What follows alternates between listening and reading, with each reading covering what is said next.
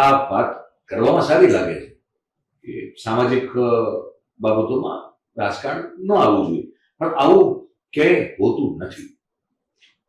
તમામ સામાજિક સંગઠનો પછી કોઈ પણ કોમ્યુનિટીના હોય, એ પછી આ લેવા પાટીદાર સમાજના હોય, કરવા પાટીદાર સમાજના હોય, બ્રાહ્મણોના હોય, અન્ય સમાજના હોય, એમાં પોલિટિકલ વિચારધારા, કોઈ એક વિચારધારા એ આખા સામાજિક સંરચના અને સંગઠન ઉપર હાવી થતી આપણને દરેક જગ્યાએ જોવા મળે જ છે.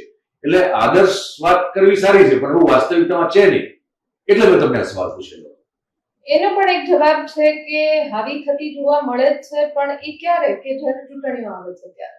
તો ત્યારે ચૂંટણીઓ આવે, હું એ જ કહેવા માંગુ છું કે ચૂંટણીઓ આવે ત્યારે આ બધી જ વાતો કરીએ. તમે કીધું કે હાર્ડકોર હું કોંગ્રેસી, નરેશભાઈ કુણી વિચારધારા, આ બધી જ જે આખી પરસેપ્શન ક્રિએટ થાય છે એ ક્યારે થાય છે? તો એ ફક્ત ચૂંટણી સમયે થાય છે. કોઈ પણ સંસ્થા સમર્પિત છે, ચલો હું પોતે હાર્ડકોર, તમે જ કીધું મીડિયાના માધ્યમથી કે હું હાર્ડકોર કોંગ્રેસી, મારું બેકગ્રાઉન્ડ પણ કોંગ્રેસી, હું લાસ્ટ લોકસભા લડી અને ખોડલધામની ત્યારે પણ હું સક્રિય સભ્ય હતી ને ત્યારે પણ સંગઠનની કામગીરી કરતી હતી. તો મેં પોતે મારી નજરે હું કરી શકતી હતી કે ભાઈ ખોડલધામની દીકરી છું કે ખોડલધામના સંગઠન સાથે જોડાયેલી છું,